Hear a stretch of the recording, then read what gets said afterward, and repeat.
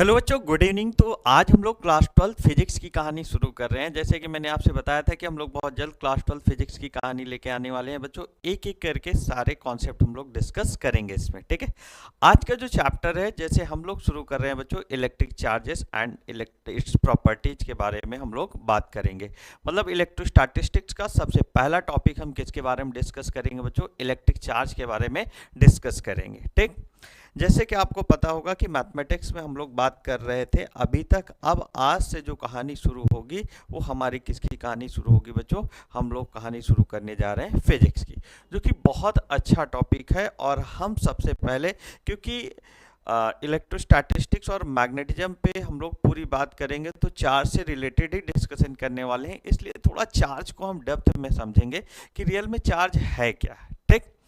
तो अगर आप देखें तो चार्ज के बारे में थोड़ा सा हम समझते हैं। तो चार्ज अगर आप देखें तो किसी भी मटेरियल की एक प्रकार की एक प्रॉपर्टी होती है, जो किसी भी मटेरियल को क्या करे, एक दूसरे मटेरियल को क्या करे, अट्रैक्ट कर पाए, ठीक है, या उस पर एक फोर्स अप्लाई कर पाए। तो वही हम क्या कहते हैं बच्चों, कि अगर हम चार्ज की डिफिनीशन शुरू करें कि चार्ज है क्या, तो सबसे पहले बात ध्यान से समझिएगा। Charge is the property, charge एक प्रकार की प्रॉपर्टी एसोसिएटेड विथ मैटर, जो किसी मैटर से क्या कर रही है, एसोसिएट कर रही है, due to which it produces and experiences electrical and magnetic effect. मतलब कहने का सेंस कि ये क्या करता है, या तो एक इलेक्ट्रिक फील्ड प्रोड्यूस करेगा या एक इलेक्ट्रिक एक्सपीरियंस। समझिए, मतलब आप समझिए कि जैसे आप लोग पढ़ते हैं कि कोई एक अट्रैक्टिव फोर्स या रिपल्सिव फोर्स किसी बॉडी पे लगाए, ठीक, या वो क्या प्रोड्यूस करता है बच्चों, एक मैग्नेटिक इफेक्ट एक्सपीरियंस करेगा या प्रोड्यूस करेगा, ठीक है। तो उस केस में हम उसे क्या नाम देते हैं बच्चों? उसकी जो इस प्रॉपर्टी को हम लोग क्या नाम दे देते हैं, उस मैटर का या उस बॉडी के इस प्रॉपर्टी को हम लोग चार्ज नाम देते हैं बच्चों। अगर देखें तो चार्ज को किससे रिप्रेजेंट करते हैं, ये स्मॉल क्यू या कैपिटल क्यू से हम लोग क्या करते हैं, चार्ज को एक जनरल रिप्रेजेंटेशन ले लेते हैं। किससे? स्मॉल क्यू या कैपिटल क्यू से हम लोग रिप्रेजेंटेशन देखते हैं। तो इसे बात को आपको क्या करना है, ध्यान से समझ के चलना है, ठीक है। तो चार्ज की बात समझ आए कि चार्ज बच्चों होता क्या है। अगर देखें तो चार्ज एक प्रकार से किसी भी मैटर की क्या होती है, एक प्रॉपर्टी होती है, जो क्या कराता है, जनरली दूसरे ऑब्जेक्ट को या दूसरे मैटर को या खुद प्रोड्यूस करेगा या एक्सपीरियंस कराएगा इलेक्ट्रिकल एंड मैग्नेटिक इफेक्ट। चलिए, इतनी बात तो समझ आती है सर। अब फिर सोचते हैं कि सर आखिर ये चार्ज आया कैसे होगा, ठीक। अब चार्ज के बारे में अगर देखें तो हमें सबसे पहले, वैसे अगर आप बुक्स के हिसाब से देखें तो 12th क्लास के हिसाब से देखेंगे तो चार्ज को बेंजामिन फ्रैंकलिन नामक एक साइंटिस्ट थे, उन्होंने इसके बारे में बताया था, ठीक है। लगभग आप मान के चलिएगा कि 1747 से 1750 के करीब, ठीक। इसके बारे में अगर आप देखें तो चार्ज के बारे में इन्होंने चार्ज के बारे में बताया, चार्ज के दोनों टाइप्स बताए, ठीक। वैसे अगर हम देखें तो थोड़ा सा हिस्ट्री में जाएंगे तो दूसरे साइंटिस्ट आएंगे, ठीक। उनका नाम अगर देखें तो लगभग 600 बीसी में बताया जाता है, एक माइलेट्स नामक साइंटिस्ट थे। थोड़ा सा इसको देख लीजिएगा, ये है, ठीक। इन्होंने इसके बारे में, चार्ज के बारे में बताया था, ठीक है। इलेक्ट्रिसिटी के बारे में उन्होंने बताया। अब बहुत ज़्यादा हिस्ट्री पे नहीं जाएंगे, इतनी बात आपको थोड़ा सा समझ के चलना है। अब अगर हम बात करें बच्चों तो फिर बात आती है कि ओरिजिन ऑफ इलेक्ट्रिक चार्ज क्या होता है। हमें जो समझना है कि सर चार्ज का ओरिजिन क्या होता है, मतलब चार्ज कैसे किसी बॉडी पे आता है, हम लोग उसके बारे में क्या करते हैं, थोड़ा सा समझते हैं। आइए, तो बहुत सिंपल सी बात है कि अगर कोई भी एटम होगा बच्चों, कोई भी एटम अगर हम लेते हैं तो हमेशा अगर देखें तो एक न्यूट्रल कंडीशन में होता है। न्यूट्रल कंडीशन का मतलब उसमें बच्चों क्या होगा, इलेक्ट्रॉन भी प्रेजेंट होगा और प्रोटॉन भी होगा और न्यूट्रॉन भी होगा। ये बात आप लोग पढ़ते हैं, केमिस्ट्री में भी जानते हैं, ठीक। इलेक्ट्रॉन भी प्रेजेंट है, प्रोटॉन भी प्रेजेंट है और न्यूट्रॉन भी प्रेजेंट है। न्यूट्रॉन का तो मतलब ही न्यूट्रल है। इलेक्ट्रॉन और प्रोटॉन, जितने अमाउंट में इलेक्ट्रॉन होता है उतने अमाउंट में क्या होता है, प्रोटॉन होता है। इसीलिए हम कहते हैं एटम कैसा, न्यूट्रल है। अब समझिएगा, तो every atom is electrically neutral, हर एक एटम इलेक्ट्रिकली कैसा होता है बच्चों, न्यूट्रल होता है। Containing as many electrons as the number of proton, जितना इलेक्ट्रॉन कंटेन करेगा उतना ही उसके न्यूक्लियस में क्या होगा बच्चों, प्रोटॉन भी हमें प्रेजेंट होगा। क्लियर इतनी बात। अब हम जब चार्ज पार्टिकल की बात करते हैं तो ये क्या होगा, जनरली हम क्या करेंगे, उस एटम के इलेक्ट्रॉन्स की नंबर्स के हम क्या करेंगे, डिस्टर्ब करेंगे। जो इलेक्ट्रॉन्स के नंबर्स को क्या करेंगे बच्चों, डिस्टर्ब करेंगे। सपोज दैट मान लेते हैं ये मेरे पास कोई एटम है, ठीक। अब इसमें हम अगर देखें तो इलेक्ट्रॉन भी है और हमारे पास प्रोटॉन भी है। कुछ हम क्या कर दिए बच्चों, इसको इलेक्ट्रॉन दे दिए। अब इसको कुछ इलेक्ट्रॉन दे दिए तो नो डाउट अब इसमें क्या हो गया, इलेक्ट्रॉन हमारे पास प्रोटॉन से ज्यादा हो गए। इलेक्ट्रॉन हमारे पास क्या हो गए, प्रोटॉन से ज्यादा हो गए। जब इलेक्ट्रॉन हमारे पास प्रोटॉन से ज्यादा हो गए तो इसका मतलब अब ये कैसा होगा बच्चों, निगेटिवली चार्ज हो गया। ये कैसा हो गया, निगेटिवली चार्ज हो गया। तो इसको हम लोग क्या नाम दे देते हैं बच्चों, एक चार्ज एटम नाम देंगे। क्या नाम दे देंगे, चार्ज एटम या चार्ज पार्टिकल। तो वही कह रहा है कि charge particle can be created by disturbing neutrality of atom. उस एटम की न्यूट्रलिटी को डिस्टर्ब करके हम लोग क्या जनरेट करते हैं बच्चों, चार्ज पार्टिकल जनरेट करते हैं, ठीक है। अब आता कैसे, थोड़ा समझते हैं। तो loss of electron gives positive charge, ठीक। जैसे मान लेते हैं कि हमारे पास, अब भाई सिंपल सी बात समझिए कि ये एटम है। अब इसमें हमें इलेक्ट्रॉन भी प्रेजेंट है और प्रोटॉन भी है। अब हम इसमें कुछ इलेक्ट्रॉन इससे निकाल लिए। अब जब कुछ इलेक्ट्रॉन निकाल लेंगे तो नो डाउट इसमें प्रोटॉन की संख्या इलेक्ट्रॉनों से ज़्यादा होगी। Number of proton number of electron से क्या हो जाएंगे बच्चों, ज़्यादा। अब अगर number of proton number of electron से ज़्यादा हो गए तो इसका मतलब इस पे कैसा चार्ज आ जाएगा, नो डाउट पॉजिटिव चार्ज आ जाएगा। कैसा चार्ज आ जाएगा, पॉजिटिव चार्ज आ जाएगा। तो जब पॉजिटिव चार्ज आएगा तो हम इसे क्या नाम देते हैं, ये कैसा है हमारे पास, अब एक पॉजिटिवली चार्ज पार्टिकल हमारे पास बन गया। तो वही कह रहा है कि जब कोई भी हमारे पास क्या करेगा, कोई एटम इलेक्ट्रॉन का लॉस करेगा तो नंबर ऑफ प्रोटॉन्स बढ़ेंगे, और नंबर ऑफ प्रोटॉन्स बढ़ेंगे तो वहां पे कैसा चार्ज आएगा बच्चों, हमें जनरली पॉजिटिव चार्ज आएगा। और जब इलेक्ट्रॉन्स को क्या करेगा, गेन करेगा, तो वो गिव्स निगेटिवली चार्ज, ठीक है। अब समझिएगा, to a particle when an object is negatively charged it gains electrons. अब समझिए, अगर कोई भी चार्ज पार्टिकल नेगेटिवली है इसका मतलब नो डाउट वो इलेक्ट्रॉन्स गेन किया होगा, ठीक। और जब इलेक्ट्रॉन्स गेन किया होगा and therefore its mass increases negligibly, तो उसका मास थोड़ा सा क्या कर जाएगा बच्चों, अगर इलेक्ट्रॉन एक्सेप्ट करेगा तो नो डाउट उसका मास क्या करेगा, इंक्रीज कर जाएगा। और अगर देखें तो सिमिलरली ऑन चार्जिंग बॉडी, ठीक, with positively electric its mass decreases. अब अगर कोई भी पॉजिटिवली चार्ज पार्टिकल है तो नो डाउट उसका मास कैसा होगा बच्चों, डिक्रीज करेगा। क्यों करेगा, तो उसने क्या किया होगा, इलेक्ट्रॉनों को लॉस किया होगा।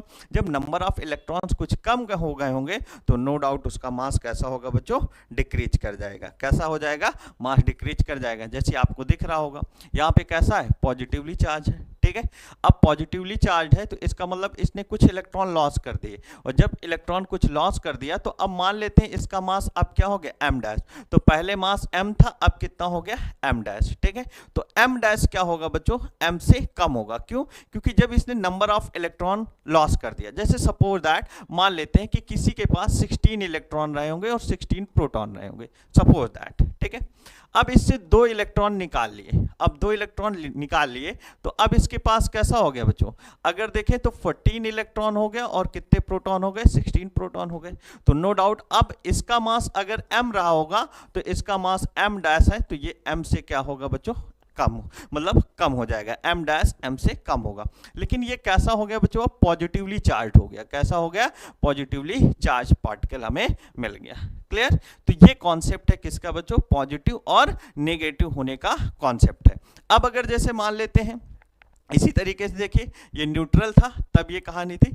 अब अगर निगेटिवली चार्ज है तो नो डाउट इलेक्ट्रॉन उसने क्या किया होगा, एक्सेप्ट किया होगा। मैंने बताया आपको कि जब कोई भी पार्टिकल निगेटिवली चार्ज होगा मतलब इसका ये उसने क्या किया होगा, कुछ इलेक्ट्रॉन एक्सेप्ट किए होंगे या किसी से गेन किया होगा। तो जब इलेक्ट्रॉन गेन करेगा तो उस पर कैसा चार्ज आएगा बच्चों, निगेटिव चार्ज आएगा। तो इसका मतलब अब उसका नेग्लिजिबली मास क्या होगा, थोड़ा सा पहले से इंक्रीज कर जाएगा।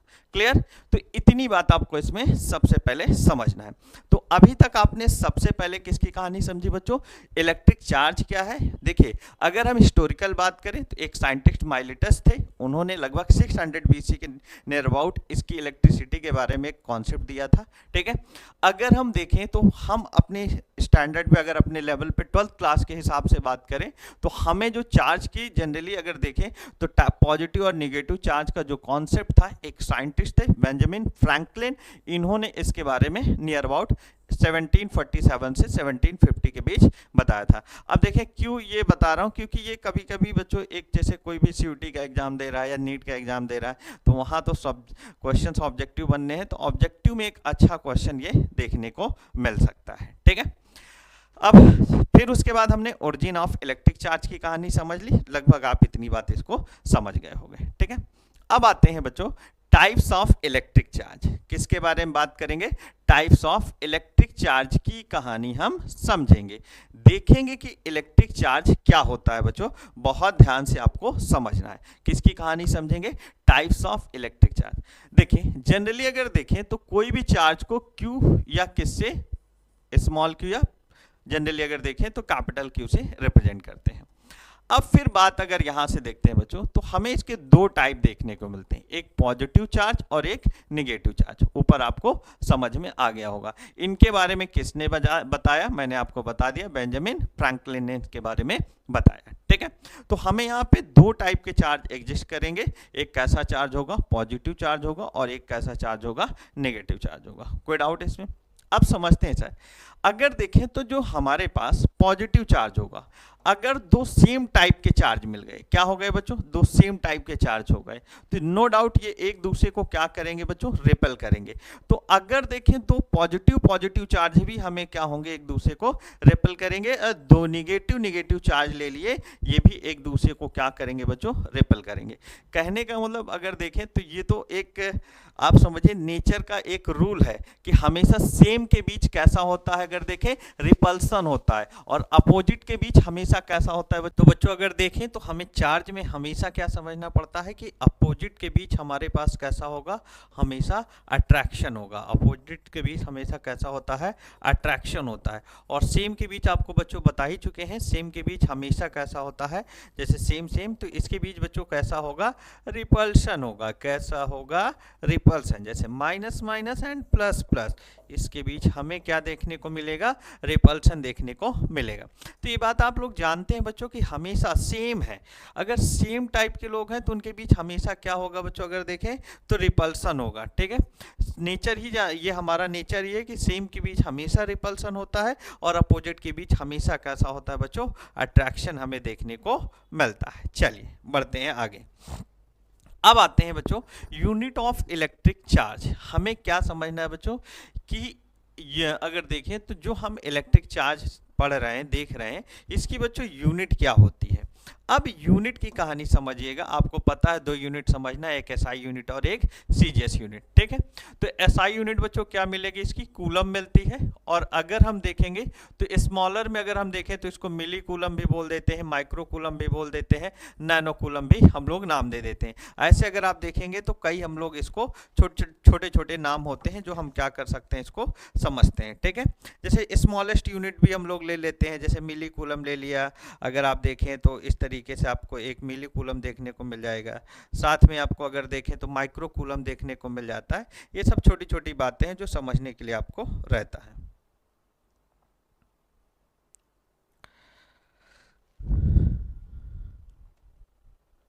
क्लियर है इतनी बात बच्चों? तो अब अगर इसके बाद देखें फिर एक होता है सीजीएस यूनिट। सीजीएस यूनिट की अगर देखें तो स्टेट कूलम होता है। इसको क्या बोलते हैं बच्चों? Electrostatic unit. इसको क्या नाम दे देते हैं? Electrostatic unit. ये क्या होता है? Electrostatic unit. इसको हम लोग ये नाम दे देते हैं। ये हमारे पास क्या मिलती है बच्चों? सीजीएस यूनिट हमें देखने को मिलती है। ठीक है, अगर जैसे चार्ज आप समझते हैं तो आप लोग पढ़ते हैं बच्चों कि करंट अगर देखें तो I इक्वल टू क्या मिलता है? dq/dt मिलता है। ठीक है, द रेट ऑफ, ठीक है, फ्लो ऑफ चार्ज ही हम लोग क्या नाम देते हैं? करंट नाम देते हैं। तो इसी को आप लोगों ने 9th क्लास में पढ़ के आओ बच्चों, I इक्वल टू क्या मिलता है? q/t मिल जाता है। कितना मिल जाता है? I equal to q/t। तो यहाँ से q equal to I into t मिलता है। तो इसकी यूनिट एम्पियर, और इसको अगर देखें तो सेकंड। तो एक हम लोग क्या बोल देते हैं? एम्पियर। सेकंड भी हम लोग चार्ज की यूनिट कह सकते हैं। ठीक है, अब इसके बाद बच्चों फिर बात करते हैं डायमेंशनल फार्मूला के बारे में। किसके बारे में? Dimensional formula. डायमेंशनल फार्मूला अगर हम देखें तो Q equal to I into t से अगर देखें तो इसका डायमेंशनल फार्मूला हमें क्या देखने को मिलता है? A टी हमें देखने को मिलता है। ये एक आई का क्या होता है ए, और टी अगर देखें टाइम का क्या लेते हैं बच्चों, हम लोग टी लेकर चलते हैं। क्लियर इतनी बात? ये छोटे छोटे कॉन्सेप्ट हैं जो आपको क्या करना है यहाँ पे समझ के चलना है। आइए अब बढ़ते हैं आगे। देखिए फिर कहानी बच्चों हमें समझनी पड़ती है पॉइंट चार्ज की। अब पॉइंट चार्ज होता क्या है? अगर आप बेसिकली बात करें तो ये एक प्रकार का, अगर देखें तो हमारे पास एक ऐसा कॉन्सेप्ट है जो अगर देखें तो हाइपोथेटिकल होता है, एक तरीके से हाइपोथेटिकल है। अगर मैं कहूं कि एक बॉडी इधर है और एक बॉडी ऐसी इधर है, ठीक है, दो बॉडी हम इतनी ज़्यादा डिस्टेंस में ले रहे हैं कि दोनों की साइज हमको अगर देखें तो नेग्लिजिबल पता चलती है। तो अब इसके लिए अगर देखें तो दोनों बॉडी किसका काम करने लगते हैं बच्चों? पॉइंट चार्ज का काम करने लगते हैं। इसका मतलब अगर हम देखें तो हम ये कहते हैं कि पॉइंट चार्ज एक अगर देखें तो हाइपोथेटिकल कॉन्सेप्ट है, और यहां से अगर देखें तो electric charge is treated as a concentrated at a single point. एक तरीके से पॉइंट के तरीके क्या किया जाता है बच्चों, सिंगल पॉइंट के सिंगल की तरीके से कंसीडर करते हैं, ठीक है। और अगर देखें तो मैथमेटिकल पॉइंट मतलब एक तरीके से ये बहुत ज़्यादा छोटा स्मॉल पॉइंट है, ठीक है, इनफाइनाइटली स्मॉल बोलते हैं इसको। क्या बोलते हैं? इनफाइनाइटली। ये किसी भी स्पेस में बहुत इनफाइनाइटली स्मॉल होता है। और एक तरीके से देखें तो ये हमारे पास फिजिकल साइज इसकी कुछ नहीं मिलती है, शेप भी कुछ नहीं मिलता, और डायमेंशन भी हमें कुछ भी देखने को नहीं मिलता है, ठीक है। जैसे हम लोग यहाँ पे बात करेंगे बच्चों पॉइंट चार्ज के बारे में, हम लोग हमेशा कंसीडर करते हैं तो हम लोग ऐसा करके एक पॉइंट चार्ज बना लेते हैं हमेशा, ठीक है। अब इसका मतलब ये नहीं कि इतनी बड़ी साइज का होता है, ठीक। कोई ऐसे बना देता है, कोई ऐसे बना लेता है, कोई ऐसे करके ऐसे रख देता है, तो तरीके इस तरीके से होते हैं, ठीक। चलिए अब सबसे इंपॉर्टेंट जो कॉन्सेप्ट है बच्चों, यहां से हमें एक एक करके समझना है इसकी प्रॉपर्टीज ऑफ इलेक्ट्रिक चार्ज। हमें क्या समझ के चलना है बच्चों? प्रॉपर्टीज ऑफ इलेक्ट्रिक चार्ज की कहानी हमको समझना है, ठीक। तो सबसे पहला जो हमें कॉन्सेप्ट है इसको वो देखना है। पहला क्या है बच्चों? Charge is transferable. Charge is transferable का मतलब हुआ कि हम अगर मान लें कि एक बॉडी हमने ऐसी ले रखी है जो चार्ज्ड है, और एक हमने क्या ले रखी है? न्यूट्रल बॉडी ले रखी है। अगर हम क्या करें कि एक चार्जेबल वाली जो चार्ज बॉडी है दूसरे बॉडी के कांटेक्ट में ले जाएं, न्यूट्रल बॉडी के, तो वो क्या हो जाएगी? वो दूसरी बॉडी भी मेरे पास कैसी हो जाएगी बच्चों? चार्जेबल हो जाएगी, ठीक है। जैसे अगर मान लें कि ये मेरे पास एक चार्ज बॉडी है, कैसी बच्चों? चार्ज बॉडी, और एक मेरे पास ये न्यूट्रल बॉडी है। ये कैसी बॉडी है?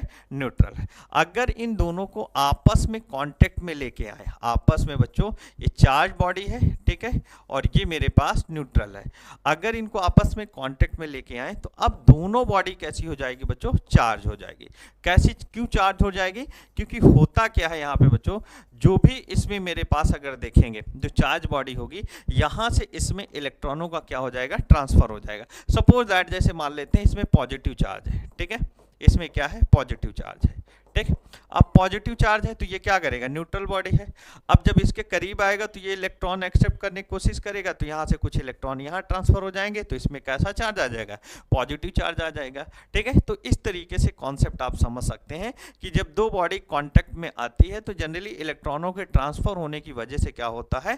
जनरली दोनों बॉडी मेरे पास चार्ज हो जाती है, ठीक है। If a charge body is put in contact with an uncharged body, uncharged body becomes charge, ठीक है, become charge due to transfer of electron from one body to the other body. ये concept है जो आपको समझ के चलना है। क्लियर बच्चों? चलिए अब दूसरी बात आती है, charge is always associated with mass. Charge हमेशा क्या होता है बच्चों? मास के साथ एग्जिस्ट करता है। कहने का सेंस विदाउट मास चार्ज का एग्जिस्टेंस नहीं होता है। ये बात आपको समझ के चलना है, ठीक है। Charge can not exist without mass, तो mass can exist without charge, ठीक है। चार्ज कभी भी मास के विदाउट एग्जिस्ट नहीं करेगा, बट मास चार्ज के विदाउट एग्जिस्ट कर सकता है, ठीक। ये बात आपको समझ के चलना है। क्लियर? तीसरा कॉन्सेप्ट है बच्चों, तीसरी प्रॉपर्टी है चार्ज इज कंजर्व्ड। चार्ज कैसा होता है बच्चों? हमेशा कंजर्व्ड होता है, ठीक है। अगर हम मान लें कि किसी भी सिस्टम में हमारे पास कोई भी चार्ज लेते हैं तो हमेशा चार्ज वही रहेगा, ठीक है। ये बात आपको समझ के चलना है। Charge can neither be created nor भी डिस्ट्रॉयड, जैसे रेडियो एक्टिव डीके में, ठीक। रेडियो एक्टिव डीके अगर देखें तो यूरेनियम न्यूक्लियस अगर देखें तो जो भी होगा वो कन्वर्टेड हो जाता है थोरियम में। किस में कन्वर्टेड होता है बच्चों? थोरियम में। अगर यूरेनियम को देखेंगे तो यूरेनियम अगर देखें तो वो क्या करता है, रेडियो एक्टिव डीके में अगर देखें तो थोरियम में कन्वर्टेड होता है। वहां पे क्या आपको अब इमिट्स करेगा बच्चा? Alpha particle. क्या इमिट्स करता है? Emits alpha particle. क्या इमिट्स करता है? अल्फा पार्टिकल इमिट्स करता है, ठीक है।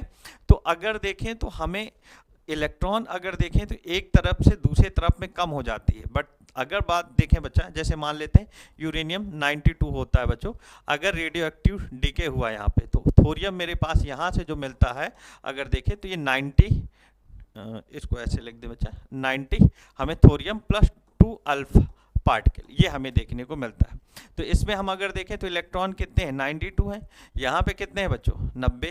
तो अब 2 इलेक्ट्रॉन कम हो जाने चाहिए थे, लेकिन नहीं, यहाँ कम नहीं होगा, वो अल्फा पार्टिकल क्या करेगा? उसको एडजस्ट करेगा। तो जितना चार्ज हमारे पास इस साइड था उतना चार्ज हमारे पास इधर भी है। इसका मतलब चार्ज कभी भी ना तो क्रिएट किया जा सकता है ना डिस्ट्रॉय। वही बात लिखा है, charge can neither be created nor be destroyed. Clear? अब एक कॉन्सेप्ट आता है बच्चों, इनवेरिएंस ऑफ चार्ज। अगर देखें तो चार्ज की एक बहुत जबरदस्त प्रॉपर्टी है इनवेरिएंस ऑफ चार्ज। इसको सोच के देखिए कि इनवेरिएंस ऑफ चार्ज का मतलब क्या होता है, एक बार दिमाग लगाइए। अगर देखें बच्चों तो चार्ज की वैल्यू, ठीक है, जो चार्ज है ये हमेशा इसकी वैल्यू बच्चे फिक्स होती है, इसकी वैल्यू फिक्स होती है, ठीक है।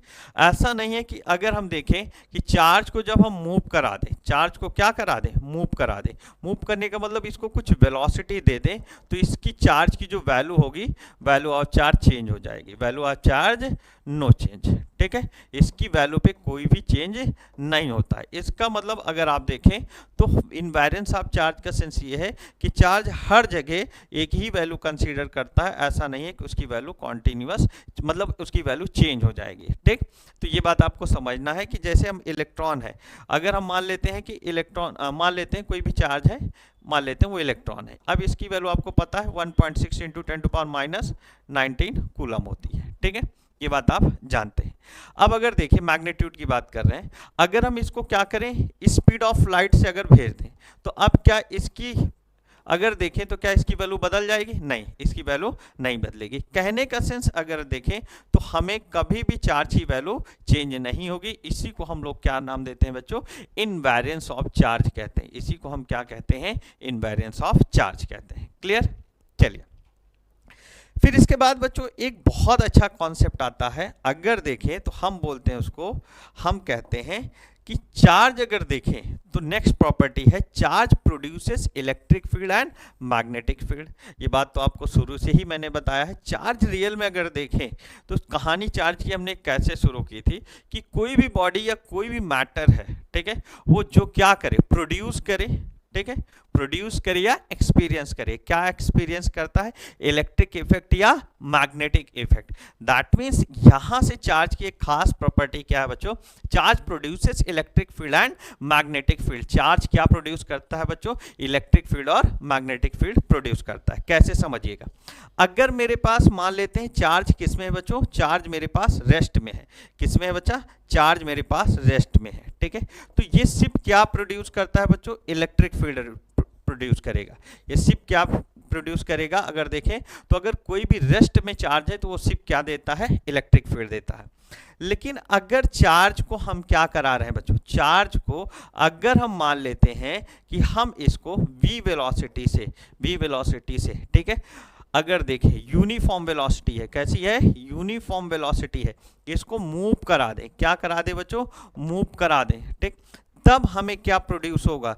तब हमें सिर्फ क्या देखने को मिलेगा बच्चों? इलेक्ट्रिक फील्ड देखने को मिलेगा, plus electric and magnetic field दोनों देखने को मिलता है बच्चों। क्या देखने को मिलता है? इलेक्ट्रिक फील्ड और मैग्नेटिक फील्ड दोनों हमें देखने को मिलेगा।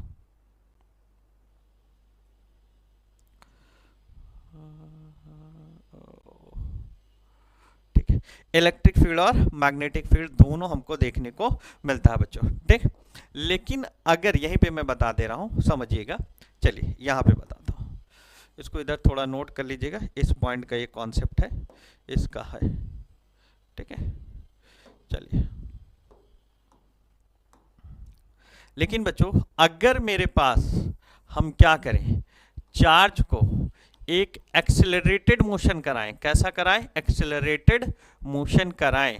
एक्सेलरेटेड मोशन के प्लेस में आपको पता है क्या होगा, इलेक्ट्रिक फील्ड मिलेगी, साथ में मैग्नेटिक फील्ड मिलेगी, और हमें क्या मिलती है बच्चों, ये एनर्जी भी रेडिएट्स करता है, और हम इसको क्या नाम देते हैं, इलेक्ट्रोमैग्नेटिक वेव्स नाम देंगे। और ये एक टॉपिक है, आप 12th क्लास में पढ़ेंगे, इलेक्ट्रोमैग्नेटिक वेव्स अल्टरनेटिंग करंट के जस्ट बाद है, हम इसके बारे में डिस्कशन करेंगे। ठीक है, तो वही बात लिखी हुई है बच्चों। अब एज अ थ्योरी अगर देखें तो इसको क्या समझते हैं, a charge particle at rest produces only electric field. Charge particle हमेशा रेस्ट में क्या प्रोड्यूस करता है, केवल इलेक्ट्रिक फील्ड प्रोड्यूस करता है in the space surrounding it. However if the charge particle is in accelerated, अगर वो अनएक्सेलरेटेड हो, मतलब एक यूनिफॉर्म मोशन कर रहा है, ठीक है, इट प्रोड्यूसेस बोथ इलेक्ट्रिक, वो क्या करता है बच्चों, both electric and magnetic field, वो हमेशा क्या प्रोड्यूस करता है बच्चों, electric and magnetic field produce करता है। And if the motion of charge particle is accelerated, लेकिन अगर उसी चार्ज पार्टिकल का मोशन कैसा हो बच्चों, एक्सेलरेटेड हो, it not only produce electric and magnetic field but also radiates energy. ये क्या रेडिएट करता है बच्चों, एनर्जी भी रेडिएट करता है, और उस एनर्जी को हम लोग क्या नाम देते हैं, ये जो एनर्जी रेडिएट होगा उस एनर्जी को हम लोग क्या नाम देंगे बच्चों, इलेक्ट्रोमैग्नेटिक वेव्स हम लोग कहते हैं। क्या कहते हैं बच्चों, इलेक्ट्रोमैग्नेटिक वेव्स हम लोग कहते हैं। ये बात आपको यहां तक समझनी है, क्लियर है। तो सबसे पहले चार्ज की जो बेसिक प्रॉपर्टी है, चार्ज कैसा होता है बच्चों, ट्रांसफरेबल होता है, मतलब एक अनचार्ज बॉडी को अगर चार्ज बॉडी के कांटेक्ट में ले आते हैं तो अनचार्ज बॉडी भी कैसी हो जाती है बच्चों, चार्ज हो जाएगी। कैसे होगी, चार्ज के इलेक्ट्रॉनों के ट्रांसफर से, ठीक है। फिर हमेशा चार्ज किसके साथ एग्जिस्ट करता है, मास के साथ, आपको ये बात बता दिया। दूसरी बात बच्चों, चार्ज कैसा होता है, कंजर्व्ड होता है। तीसरी बात, इनवेरिएंस ऑफ चार्ज, मतलब चार्ज की वैल्यू फिक्स होती है, ऐसा नहीं है कि अगर उसको स्पीड दे दी जाएगी या किसी वेलोसिटी से हम उस चार्ज को मूव करा देंगे तो वो चार्ज की वैल्यू बदल जाएगी, क्लियर। फिर चार्ज क्या प्रोड्यूस करता है बच्चों, electric field and magnetic field produce करता है, लेकिन कब, जब चार्ज रेस्ट पे होता है तो सिर्फ क्या प्रोड्यूस करता है बच्चों, इलेक्ट्रिक फील्ड प्रोड्यूस करता है। लेकिन चार्ज अगर हमारे पास यूनिफॉर्म मोशन, मतलब एक अनएक्सेलरेटेड मोशन करता है, तब उस केस में वो क्या प्रोड्यूस करेगा बच्चों, इलेक्ट्रिक और मैग्नेटिक फील्ड दोनों प्रोड्यूस करता है।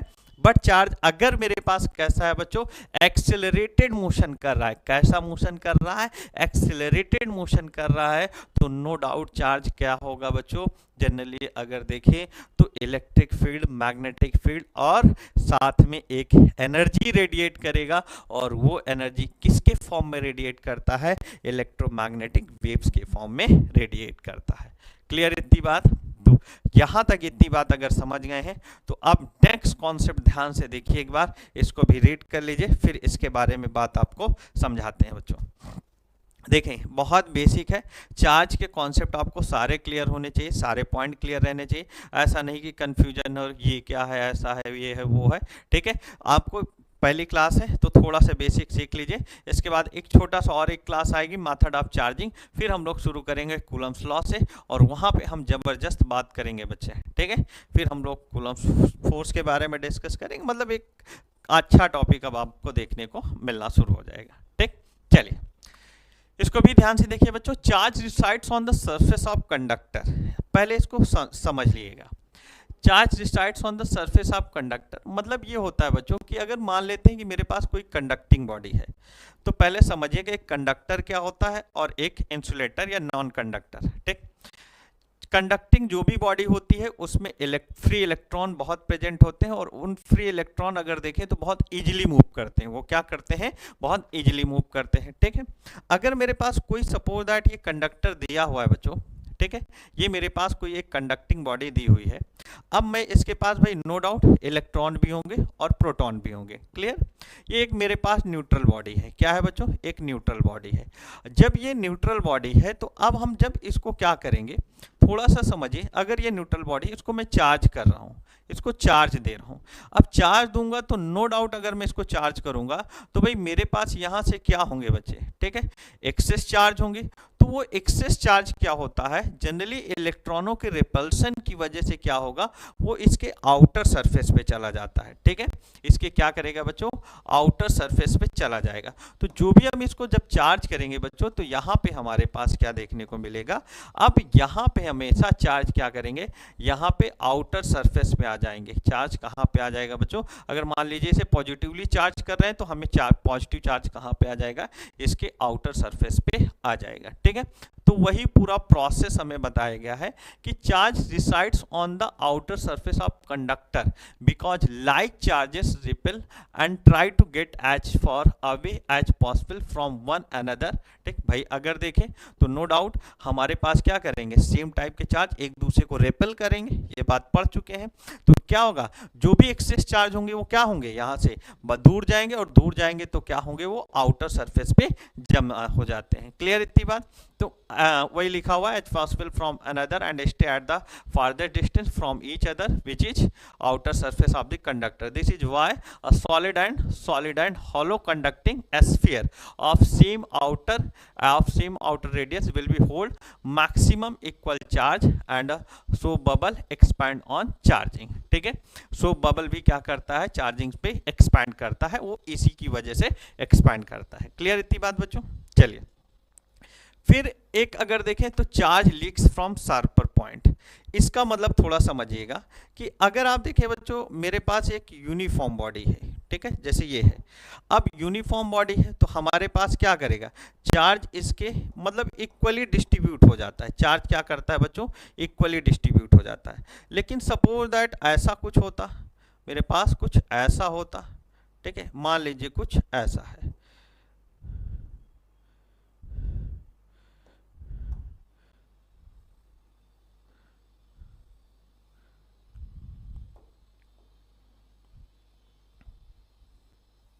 मान लीजिए कुछ ऐसा है, ठीक है। अब क्या हुआ कि जब चार्ज बॉडी इस पे जब अगर देखें, अब इसको चार्ज करेंगे बच्चों तो चार्ज इसके आउटर सरफेस में अगर जहां पे यूनिफॉर्मली है, यहाँ पे तो इक्वली डिस्ट्रीब्यूट हो गया, लेकिन अब जहां पे शार्पर पॉइंट मिलेगा वहां पे चार्ज की वैल्यू ज़्यादा हो जाती है, चार्ज डेंसिटी क्या हो जाती है बच्चों, यहाँ पे ज़्यादा हो जाती है। तो वही क्या कह रहा है मेरे पास यहाँ से कि in case of conducting body no doubt charge resides on its outer surface. Clear है कि अगर हम चार्ज करेंगे तो उसमें क्या होगा, जो चार्ज होगा आउटर सरफेस पे जनरली रिसाइड्स होगा। If surface is uniform the charge distribute uniformly, अगर सरफेस कैसा है बच्चों, यूनिफॉर्मली है तो चार्ज कैसा होगा, सॉरी अगर सरफेस यूनिफॉर्मली है तो नो डाउट चार्ज भी यूनिफॉर्मली डिस्ट्रीब्यूट होगा on the surface. And for irregular surface, जैसे ये एक इरेगुलर सरफेस है, द डिस्ट्रीब्यूशन ऑफ चार्ज, ठीक है, जो डिस्ट्रीब्यूशन ऑफ चार्ज कैसा होगा बच्चों, इरेगुलर होगा। Charge that is charge density is not uniform, that mean charge density uniform नहीं होगी। Clear. It is maximum where the radius of curvature is minimum and vice versa, this is why charge leaks from sharp point, ठीक है, जिसकी वजह से charge क्या करता है, यहाँ से शार्प पॉइंट से लीक करता है, ठीक। तो ये इतनी बात हमें यहाँ से क्या करना है, समझना है, ठीक। इसके बाद एक लास्ट पॉइंट है बच्चों, क्वांटाइजेशन ऑफ चार्ज के बारे में। इसके बाद हमें एक पॉइंट क्या है बच्चों, क्वांटाइजेशन ऑफ चार्ज। ये भी बहुत इंपॉर्टेंट पॉइंट है, इसे बहुत ध्यान से समझिएगा बच्चों। अब अगर आप देखें तो चार्ज हमेशा क्या करता है, जनरली अगर देखें तो इलेक्ट्रॉन के अगर देखें हम लोग एक सबसे स्मॉलेस्ट चार्ज यूनिट क्या लेके चलते हैं, ई, ठीक है। ये हमारे पास एक अगर देखें तो फंडामेंटल चार्ज ये हम लोग लेकर चलते हैं, ठीक। When a physical quantity can have only discrete values rather than any values, the quantity is said to be quantised. The smallest charge that can exist in nature of the charge of an electron, सबसे smallest हम लोग charge कौन सा लेके चलते हैं, electron, जो nature में एग्जिस्ट करता है, that is quanta of charge, ठीक। The charge on any body will be some integral multiple of e. कहने का सेंस ये हुआ बच्चों कि अगर हम जब भी चार्ज देखेंगे तो वो हमेशा क्या होगा, जो ये स्मॉलेस्ट मेरे पास एक जो फ्रीली चार्ज मिलता है वो इलेक्ट्रॉन है, ठीक। अब इसका हमेशा इंटीग्रल मल्टीपल हमें देखने को मिलेगा। कहने का मतलब चार्ज कैसे एग्जिस्ट करेगा बच्चों, प्लस ए या प्लस 2e, ठीक है, प्लस माइनस ई या प्लस माइनस 2e या plus minus 3e plus minus 4e, ठीक है। ये इस फॉर्मेट में हम लोगों को हमेशा चार्ज देखने को मिलेगा, प्लस माइनस 6e। तो इसी को हम लोग क्वांटाइजेशन ऑफ चार्ज बोलते हैं बच्चों, इसी को क्या नाम देते हैं, क्वांटाइजेशन ऑफ चार्ज बोलते हैं, ठीक है। तो यहां से अगर देखेंगे तो आपको इसका मतलब ये हुआ कि चार्ज हमेशा किसके फॉर्म में मिलता है बच्चों, Q equal to plus minus n के फॉर्म में मिलता है। प्लस माइनस एन का मतलब ये हुआ यहां से कि हम अगर देखें बच्चों तो ये n जो होता है एक इंटीजर वैल्यू होती है। n कैसी वैल्यू होती है बच्चों, एक इंटीजर वैल्यू हमें देखने को मिलती है, ठीक। तो हमें Q जो हमेशा मिलेगा प्लस माइनस एन के फॉर्म में मिलता है। इसी को हम लोग क्या बोलते हैं बच्चों, क्वांटाइजेशन ऑफ चार्ज। कभी भी ये बात आपको याद रख के चलना है कि चार्ज हमेशा अगर देखेंगे कभी भी 1/2e इस फॉर्मेट में नहीं मिलेगा, मतलब फ्रैक्शन फॉर्म में चार्ज हमेशा देखेंगे तो नहीं मिलता है, मतलब प्लस माइनस 3/2e इस फॉर्म में चार्ज कभी भी एग्जिस्ट नहीं करता है, ठीक है। वैसे अगर देखें तो हमें क्वार्क्स वगैरह मिले हैं, लेकिन वो अगर देखें तो हमारे पास एटमॉस्फेयर में ये कहिए कि वो जनरली एग्जिस्ट नहीं करते हैं, इसलिए उनको कंसीडर नहीं करते हैं। क्लियर इतनी बात। तो क्वांटाइजेशन ऑफ चार्ज का सिंपल सा मतलब है कि जो भी चार्ज होगा वो इंटीग्रल मल्टीपल जो स्मॉलेस्ट हमें अगर देखें तो जो एग्जिस्ट करता है चार्ज वो कौन सा है, इलेक्ट्रॉन। तो इसलिए इलेक्ट्रॉन का अगर हम देखेंगे तो इसका सिंबल ई है, तो इसके इंटीग्रल मल्टीपल में ही हम लोग चार्ज को हमेशा कंसीडर करते हैं, मतलब E2 E3 4e 5e 6e इस फॉर्मेट में ये चार्ज हमें देखने को मिलेगा, ठीक। तो Q equal to plus minus any form में हम लोग हमेशा चार्ज लेते हैं बच्चों। क्लियर। तो ये बेसिक प्रॉपर्टीज रही किनकी बच्चों, generally properties of electric charge. तो उम्मीद है इतनी बात समझ रहे होंगे। एक बार थोड़ा ध्यान से देख लीजिए। सबसे पहले हम लोगों ने क्या डिस्कशन किया था बच्चों, चार्ज कैसा होता है, ट्रांसफरेबल होता है। फिर दूसरी बात हम लोगों ने क्या देखा कि चार्ज ऑलवेज किसके साथ एग्जिस्ट करता है बच्चों, charge is always associated with mass. फिर तीसरी बात हम लोगों ने क्या बात किया बच्चों, चार्ज कैसा होता है, कंजर्व्ड होता है। चार्ज कैसा होता है, कंजर्व्ड होता है। फिर उसके बाद बच्चों हमें क्या पता है, चार्ज अगर देखें तो इनवेरिएंस ऑफ चार्ज का कॉन्सेप्ट पता है कि चार्ज की जो भी वैल्यू है वो हमेशा फिक्स होती है, मतलब उसकी स्पीड में, या इसको सीधे सीधे कहिए कि रेफरेंस ऑफ पॉइंट अगर देखें तो ठीक, रेफरेंस ऑफ पॉइंट के हिसाब से अगर देखें तो बदलती नहीं है, ठीक। जैसे मान लेते हैं कि मेरे पास एक पर्सन ए है और एक पर्सन बी है। अब इसके लिए ये मेरे पास चार्ज है Q, ठीक। ये इसके लिए रेस्ट पे है और इसके लिए मोशन पे है। तो रेस्ट वाले के रिस्पेक्ट में और मोशन वाले के रिस्पेक्ट में, दोनों के रिस्पेक्ट में इस चार्ज की वैल्यू कैसी होगी बच्चों, सेम होगी। क्लियर, ये बात हमें देखने को मिलता है। फिर चार्ज क्या करता है बच्चों, प्रोड्यूस करता है electric field and magnetic field. Charge दोनों प्रोड्यूस करता है, इलेक्ट्रिक फील्ड भी और मैग्नेटिक फील्ड भी। लेकिन कब, जब चार्ज रेस्ट पे होता है तो इलेक्ट्रिक फील्ड, और हमें अगर मोशन में होता है तो मैग्नेटिक फील्ड। अगर एक्सेलरेटेड मोशन करेगा तो एक और चीज रेडिएट करेगा जिसे एनर्जी बोलते हैं। एनर्जी किसके फॉर्म में रेडिएट करता है बच्चों, इलेक्ट्रोमैग्नेटिक वेव्स के फॉर्म में। Clear. Charge resides on the surface of conductor. मैंने ये बता दिया कि जनरली कंडक्टर और इंसुलेटर दो चीजें मिलेंगी। कंडक्टर का मतलब होता है बच्चों जहां पे फ्री इलेक्ट्रॉन हमें मिलते हैं, और फ्री इलेक्ट्रॉन वो फ्री है मूव करने के लिए कहीं पे भी सरफेस के अंदर। इसलिए अगर आप उसको जब एक्सेस ऑफ चार्ज देते हैं तो वो क्या करता है, जनरली जिस टाइप का चार्ज होगा उसको रेपेल करेगा, और वो सरफेस में क्या होगा, मेरे पास सरफेस में आउटर साइड क्या होगा, रिसाइड्स हो जाता है, ठीक है। तो यहां से ये बात आपको समझ के चलना है। क्लियर। फिर तीसरी बात, चार्ज लीक्स फ्रॉम सब पॉइंट। आपको एक बात पता है कि सब पॉइंट में हमेशा क्या होगा बच्चों, कि अगर देखें चार्ज डेंसिटी ज़्यादा हो जाएगी, और अगर यूनिफॉर्म हमारे पास कोई बॉडी होगी तो यूनिफॉर्म बॉडी में चार्ज हमेशा कैसा डिस्ट्रीब्यूट होता है बच्चों, यूनिफॉर्मली डिस्ट्रीब्यूट होता है, ठीक। फिर एक नेक्स्ट कॉन्सेप्ट क्या डिस्कस किया बच्चों, quantization of charge. Quantization of charge का मतलब क्या होता है कि हमेशा चार्ज किस फॉर्म में मिलेगा बच्चों, Q equal to plus minus any के फॉर्म में मिलेगा, ठीक। अब आपको पता है इलेक्ट्रॉन की अगर मैग्नीट्यूड वाली वैल्यू देखें तो 1.6 इंटू 10⁻19 कूलम, ये हमें वैल्यू चार्ज की मिलती है, ठीक। ये बात आपको याद रखना। अब बच्चों प्रॉपर्टीज के बाद फिर हम बात करते हैं comparison between electric charges and mass. एक बार इसको देख लीजिए, फिर हम अपनी बातें आगे बढ़ाएं।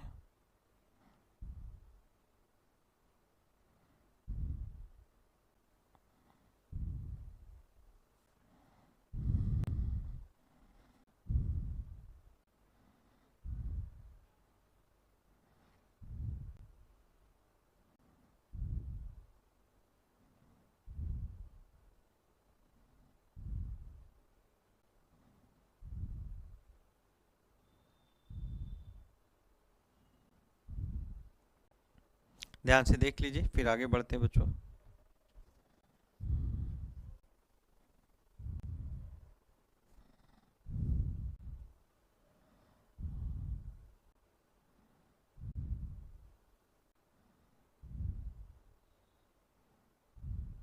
चलिए बढ़ते हैं। देखिए, चार्ज और मास दोनों में हम कंपैरिजन करते हैं। तो चार्ज कैसा होता है बच्चों? इलेक्ट्रिक चार्ज अगर देखें तो पॉजिटिव भी होता है और निगेटिव भी हो सकता है और जीरो भी हो सकता है, तीनों पॉसिबल है। लेकिन मास हमेशा कैसा होगा बच्चों? पॉजिटिवली होगा। कैसा होगा? मास हमेशा एक पॉजिटिवली क्वांटिटी होती है, ठीक है। फिर चार्ज अगर देखेंगे तो charge carried by body does not depend upon velocity of the body, ठीक। चार्ज कभी भी, अभी हमने वेरिएंस ऑफ चार्ज पढ़ा ना, ठीक है, इनवेरिएंस ऑफ चार्ज, तो वही हमारे पास अभी देखिए ये डिस्कस किया ना, ये इनवेरिएंस ऑफ चार्ज वही डिस्कशन है। तो यहां से हमें क्या पता चल रहा है बच्चों कि अगर देखें तो हमें charge carried by body does not depend on velocity of the body, but mass क्या है बच्चों? ये डिपेंड करेगा। Mass of body increase with its velocity, ठीक है। अगर हम देखें तो मास हमारे पास जनरली अगर देखें तो बॉडी की वेलोसिटी पे डिपेंड करता है, और वो कैसे डिपेंड करता है? m equal to m naught upon under root 1 minus v square upon c square हमें मिलता है बच्चों। यहाँ से m नॉट क्या होता है? बॉडी का रेस्ट मास होता है, और अगर देखें v क्या है? जिस वेलोसिटी से मूव करते हैं, और c क्या होती है बच्चों? स्पीड ऑफ लाइट होती है। ये क्या होती है? Speed of light. तो अगर हम देखें तो ये हमारे पास क्या होती है जनरली अगर देखें तो मास मेरे पास इस हिसाब से वैरी करता है, ठीक। तीसरी बात क्या होती है? चार्ज हमेशा कैसा होता है बच्चों? क्वांटाइज्ड होता है, लेकिन मास ऐसा नहीं है, ठीक। The quantisation of mass is yet to be stabilised, ठीक है। अगर अब इसी तरीके से देखें बच्चों तो electric charge is always conserved. Electric charge कैसा होता है बच्चों? कंजर्व्ड होता है। मास इज नॉट कंजर्व्ड, ये हमारे पास क्या होता है? मास कन्वर्ट हो जाता है। जनरली देखें E equal to m c square से अगर देखें तो एनर्जी के फॉर्म में क्या हो जाता है? कन्वर्ट हो जाता है, एंड वाइस वर्सा, मतलब हमें एनर्जी से मास मिलता है, मास से एनर्जी। ये आइंस्टीन के इक्वेशन के हिसाब से बच्चों। क्लियर इतनी बात? फिर अगर देखें तो फोर्स बिटवीन चार्जेस, जो चार्ज के बीच फोर्स होता है वो हमेशा अगर देखें तो अट्रैक्टिव और रिपल्सिव दोनों नेचर का देखने को मिलेगा अकॉर्डिंग टू चार्जेस। अगर अनलाइक चार्जेस है कि लाइक चार्जेस, बस ग्रेविटेशनल फोर्स जो होता है मास के बीच आपने पढ़ा होगा, अगर 9th में भी देखें तो एक ग्रेविटेशनल फोर्स पढ़ा होगा, वो हमेशा कैसा होता है बच्चों? अगर देखेंगे तो ऑलवेज कैसा होगा? एक अट्रैक्टिव नेचर का होता है। कैसा होता है? Mass is always attractive nature. वहां पे अगर आप देखेंगे तो हमेशा क्या होगा? एक अट्रैक्टिव नेचर ही देखने को मिलता है, ठीक। तो अगर आप देखें बच्चों तो चार्ज और मास के बीच आपको एक ये मेजर डिफरेंस, मतलब दोनों के बीच ये कंपैरिजन है, जिसे आप क्या कर सकते हैं? ध्यान से समझ सकते हैं। बहुत इंपॉर्टेंट बात है, बट बेसिक बातें हैं, ऐसा कुछ नहीं है कि हम इसे नहीं समझ सकते या नहीं कर सकते हैं। इतनी बेसिक बात, फंडामेंटल बात मुझे लगता है कि आपको तैयार होनी चाहिए। क्लियर? अब इसके बाद बच्चों एक बेसिक बात के बाद अब हमारा नेक्स्ट टॉपिक जो आएगा वह यहाँ से हमें समझना है बच्चों मेथड ऑफ चार्जिंग के बारे में। मेथड ऑफ चार्जिंग, और मेथड ऑफ चार्जिंग हम नेक्स्ट पार्ट में कवर करेंगे, और इससे रिलेटेड जो क्वेश्चंस बनते हैं उन क्वेश्चंस को भी हम लोग नेक्स्ट पार्ट में कवर करेंगे, ठीक है। ये क्वेश्चन बहुत इंपॉर्टेंट है। अगर देखें सो बबल का क्वेश्चन बहुत अच्छा, इससे नीट में 1-2 बार पूछा गया है, तो इसका डिस्कशन हम लोग नेक्स्ट पार्ट में करेंगे, क्योंकि अभी इसका थोड़ा सा कॉन्सेप्ट एक्सप्लेन करना है। क्लियर? तो अगर आपको ये बात समझ आ रही है तो नेक्स्ट पार्ट में जुड़िए, और बातों को काफी ध्यान से समझिएगा, क्योंकि मैं सारी बातें आपको समझाते हुए चल रहा हूं। अब ये थ्योरेटिकल पार्ट है, इस वजह से थोड़ा सा वेट करिए, क्योंकि थ्योरेटिकल पार्ट है। मैंने सारा आपको देखेंगे तो टाइप वाला कंटेंट दे दिया है, लिखने की भी जरूरत नहीं। अगर आप चाहें तो एक बार ध्यान से इसको पढ़ लेंगे, आपको सारी बातें तैयार हो जाएंगी। क्लियर? तो चलिए आज की कहानी इसमें